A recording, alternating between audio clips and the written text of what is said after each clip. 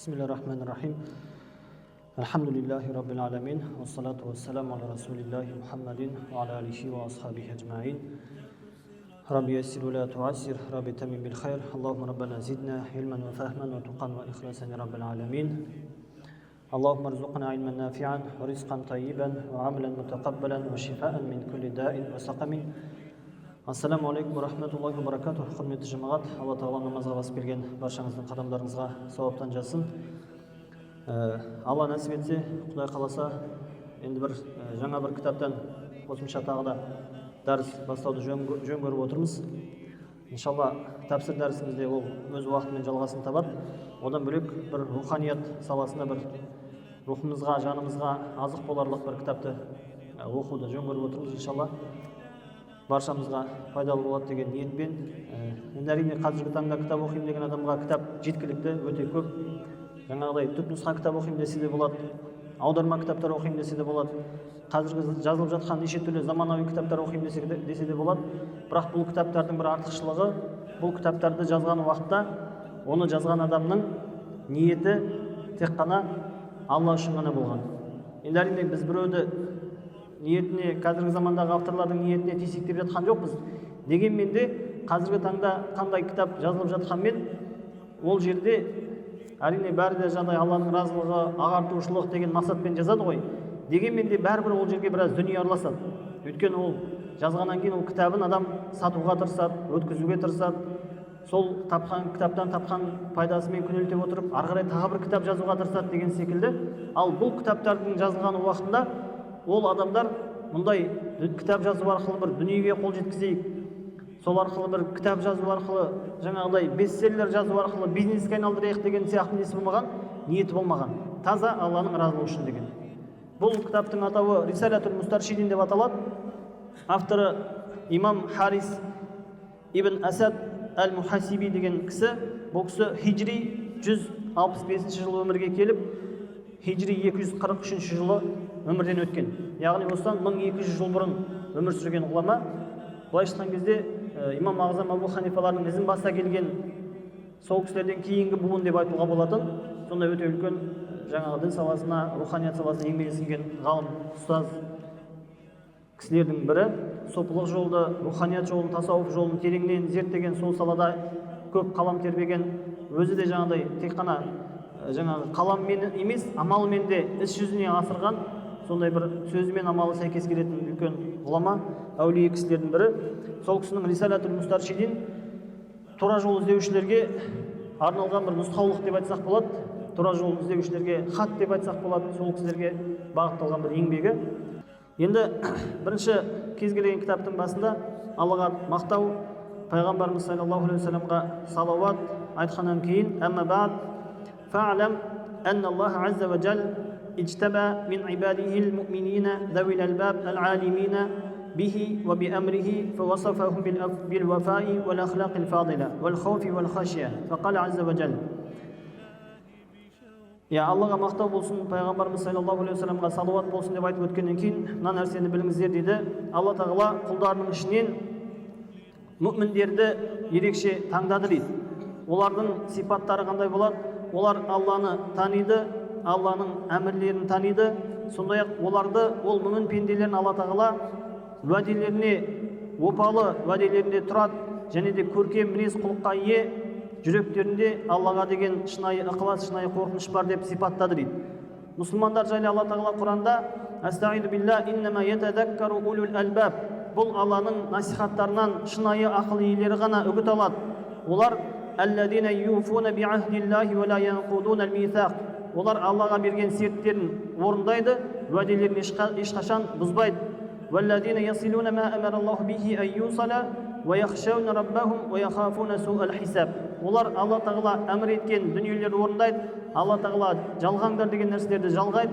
Олар Раббыларынан шынайы қорқады, және де қияметтің есебінен, қорқынышты есебінен олар міндетті түрде қорқады дейді. فمن شرح الله صدره للإيمان ووصل التصديق إلى قلبه ورغب في الوسيلة кімде-кімнің жүрегін Алла Тағала жүрегіне иманды ашқан болса дейді. Яғни Аллаға деген жүрегінде сенімі болса, жүрегіне Алланы растау деген нәрсені бекіткен болса, Аллаға жетем, Аллаға деген махаббатқа жетем деген ниеті болса, онда ол шариғаттың талаптарын сақтай отырып, ақыл иелерінің жолына міндетті түрде ілесу керек. Ақыл иелері деп отырған бұл жерде жаңағы Алла Тағаланың пайғамбарлары. Шариғаттың талаптары деп отырған китабилла ва суннати набийхи ва маджтама алейхи мухтадуна мин ал-аимма. Шариғаттың талаптарын сақтау керек дегенде Алланың кітабы, пайғамбарымыздың сүннеті және имамдарымыздың бір ауыздан келіскен ижмаы. Міне осы нәрсе Алла Тағала қасиетті Құранда пенделерін шақырған тура жол, міне осы нәрсе дейді. Алла Тағала Құранда айтқан: "Астаиду билла", Али Имран сүресі 153 аятта: "Ва анна хада сирати мустақима фаттаби'ух". Міне бұл менің тура жолым, сол жолға сендер еріңдер дейді. "Вала таттаби'у субула", оның тысындағы түрлі жолдарға еріп кетіп жүрмеңдер. Ендеше не болады еріп кетсеңдер? "Фатафаррақа бикум ан сабили". Алла Тағаланың жолынан сендерді адастырып жібереді. "Заликум уссакум бихи лааллакум таттақун", тақуалық қыларсыңдар деп Алла Тағаланың айтқан өсиеті осындай дейді. Әрине, мұсылман адам жаңа заманауи білімге жабық болу керек деген сөз шықпайды бұл жерден. Иә, қазіргі уақытта жаңағыдай философиясы болсын, психологиясы болсын, әлеуметтану болсын, мәдениеттану болсын, әртүрлі жаңа зерттеулер жасалып жатыр. Адамзат баласы Құран түскен уақыттағы 14 ғасыр бұрынғы сана сезімде тұрған жоқ. Адамның сана сезімі өзгерді, өсетін жерде өсті. Адамның мәдениет деңгейлері әртүрлі. Сол үшін қазіргі уақыттағы адамдардың ойлау жүйесі басқаша. Сондықтан қазіргі заманауи түрлі зерттеулерді, психологиялық басқа зерттеулерді, сол зерттеулердің нәтижесінде шығып жатқан, тәжірибелердің нәтижесінде шығып жатқан қорытындыларды біз оларға ашық болуымыз керек. Оларды әрине алуымыз керек, керек жерін қарауымыз керек, бірақ біз қалай оған көз жұмып ала беруге болмайды. Көз жұмып ала беруге болмайды. Мысалы үшін қазір неше түрлі жаңағыдай коучтар дейді, бизнес тренерлер, басқа түрлі адамдар шықты. Не дейді? Ешкімге қарыз беруші болма дейді. Ешкімге қарыз беруші болма. Осы нәрсені біреулер миына сіңіріп тастайды. Бір шариғат оған солай қарай ма? Пайғамбарымыз қарыз беруге шақырған. Қарыз берудің сауапты екендігін, тіпті садақадан гөрі қарыз берудің сауапты екендігін айтқан. Өйткені біреуге садақа беру ол адамды сұрамшақтыққа үйретіп жіберуі мүмкін, ол адамға белгілі жауапкершіліктен оны шектеп қою мүмкін. Бірақ қарыз беру ол адамды ондай сұрамшақтыққа апармайды. Өйткені ол не? Жауапкершілік. Қарыз алғаннан кейін оны қайтаруға тырысады. Ал садақаға үйреніп алған адам ол соған әбден еті үйреніп кетуі мүмкін. Көрдіңіз бе? Осы секілді әртүрлі жағдайлар. Мысалы үшін отбасылық құндылықтар. Осы жерде де мысалға әртүрлі нәрселер айтады. Жаңағыдай басқа елдердің, басқа мәдениеттердің түсініктерін бізге келіп тықпалауға тырысады. Осы жерге осындай жағдайлар түрлі осындай неше түрлі қазіргі уақытта идеологиялық соғыс дейді ғой. Осындай түрлі соғыстың арасында біз өзіміздің негізімізден, тамырымыздан айырылып қалмас үшін бірінші кезекте сол жаңағыдай Алланың діні, Алланың шариғатын қолымыздан келгенше тереңірек меңгеруге тырысуымыз керек. Бұл біздің фундамент болу керек. Бұл біздің фильтр болу керек. Оның тұсында кез келген дүние бізге келді, жаңа бір ақпарат, жаңа бір мәлімет келді, біз сол жаңағы фильтрдан өткіземіз. Егер өтті ма, бисмилля, қабылдаймыз. Өйткені пайғамбарымыз дейді, хикмет, даналық деген нәрсе мұсылманның жоғалтқан дүниесі дейді. Қайдан тапса оны алсын дейді.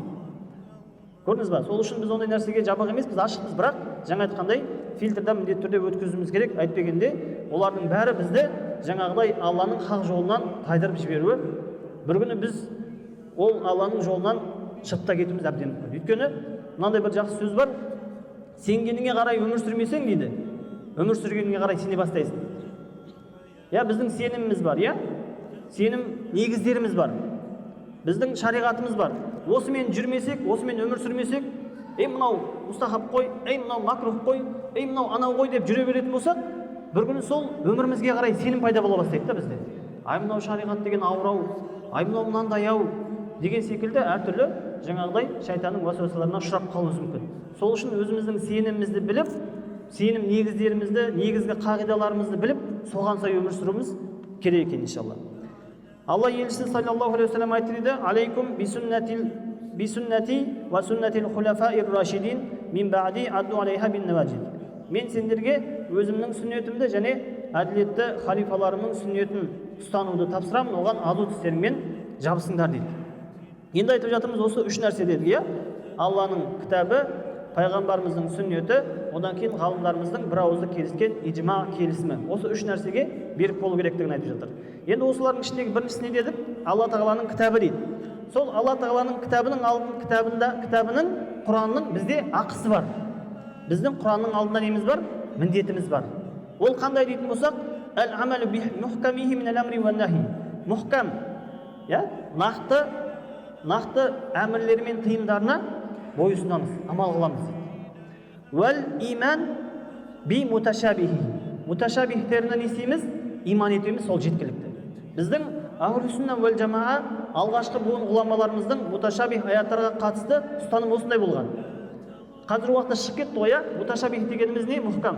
Мухкам деген нақты белгілі аяттар, негізгі қағидалар. Муташабих деген жаңағыдай мағынасы, егер тура мағынасын алатын болсақ, Алла тағаланы жаратылысқа ұқсатып қою, Алла тағаланы кемшілік сипаттармен сипаттап қою қаупі бар аяттар мен хадистер. Мысалы үшін жаңағыдай яд дейді, айын дейді, жасат дейді, не болмаса жаңағыдай аяқ дейді, қол дейді, шектеу дейді, отыру, тұру, жүру деген секілді түрлі сипаттар. Бұлардың тікелей мағынасын алсақ не істеп қоямыз? Біз Алла тағаланы жаратылысқа ұқсатып қоямыз. Сол үшін біз бұларға бұндай аяттар келгенде не айтамыз? Бұндай хадистер, бұндай аяттар келгенде Алла тағала бұл аят арқылы, яд деу арқылы нені мақсат етіп тұрса, біз соған иман келтіреміз. Бірақ тағы да бір нәрсені айтып кетуіміз керек. Бұл яд деген сөз арабшадан аударғанда тікелей қол деген мағынаны білдіреді. Тура мағынасындағы, ағза мағынасындағы қол деген нәрсе емес, ал оның негізгі мағынасын біз Аллаға тапсырамыз. Қалай бар, солай иман етеміз. Біздің әуелгі ғұламаларымыздың жолы осы еді. Өкінішке орай қазіргі таңда осы муташабих аяттар біздің жаңағы сәләфиміз, вахабиміз деп жүргендермен мына жақтағы Ахлус-сунна уәл жамаа, жаңағы матуриди, ашари ақидасындағылардың арасында үлкен бір талас тартыстар тудырып жатқан жағдай бар. Мынау әлеуметтік желіге кіріп қарасаңыздар болады, ютубта кезінде мына Ерсін ұстазбен Оқтам Заурбековтың бір диспуты болып 4-5 сағат сонымен тоқтаған едік негізі. Бірақ қазір жаңадан оқып жатқан жас буындардың арасында қайтадан басталыпты осы нәрсе. Отырып алып осы бір муташабих аятқа байланысты 1 сағат, 2 сағат дауласады. Әлгіні тыңдап көрсең ішің ашиды да, бар ғой. Соншама кеткен уақытты біз басқа нәрсеге жұмсауға болар еді. Біз мұсылмандар осындай бір болмашы нәрседе тарсып кетіп жатырмыз да. Сондықтан бұл жердегі біздің ғалымдарымыздың алғашқы буындарының айтқан не? Оған иман етеміз, болды иншалла. Вал хауфу мин ваидихи вар раджау ли ваадихи. Алланың кітабының алдындағы біздің міндетіміз не? Оның уәделерінен үміт ету. Алла тағала бізге неше түрлі жақсылықтарды уәде етті ғой Құранда. Содан үміт ету, не нәрсені ескертіп қорқытқан болса, одан қорқып тыйылу дейді. Вал иътибару би қасасихи ва амталихи. Сондай-ақ Құранның келтірген қиссалары мен мысалдарынан ғибрат алу. Бұл біздің Құранның алдындағы неміз екен, міндетіміз екен. Фаида атайта бидалика фақат харажта мин зулуматил жахли иля нурил илм. Осы нәрсені істейтін болсақ, қараңғылық деген, надандық деген қараңғылықтан шығамыз да, ілім деген жарыққа қарай жол бастаймыз. Сондай-ақ күмән деген азаптан құтылып, яқин, шексіз, күмәнсіз сенім деген рахатқа қауышамыз. Алла тағала қасиетті Құранда Аллаху валиюлладина аману юхриджуху мина зулумати иля нур. Алла тағала мүміндердің, иман еткендердің досы, оларды қараңғылықтан жарыққа шығарады дейді. Қай уақытта жарыққа шығарады? Сол Алланың аяттарына бойсынған кезде, тыйымдарынан тыйылған кезде, уәдесінен үміт етіп, ескерткен нәрсесінен қорқып, қиссаларынан, мысалдарынан ғибрат алған кезде, бізді сол Құранның аяттары арқылы, Құран арқылы Алла тағала қараңғылықтан жарыққа шығарады екен иншалла. Алла тағала баршамызды сол Аллаға иман ету арқылы, Алланың кітабына бойұсыну арқылы жарыққа қауышқан құлдарының қатарынан болуды нәсіп етсін иншалла.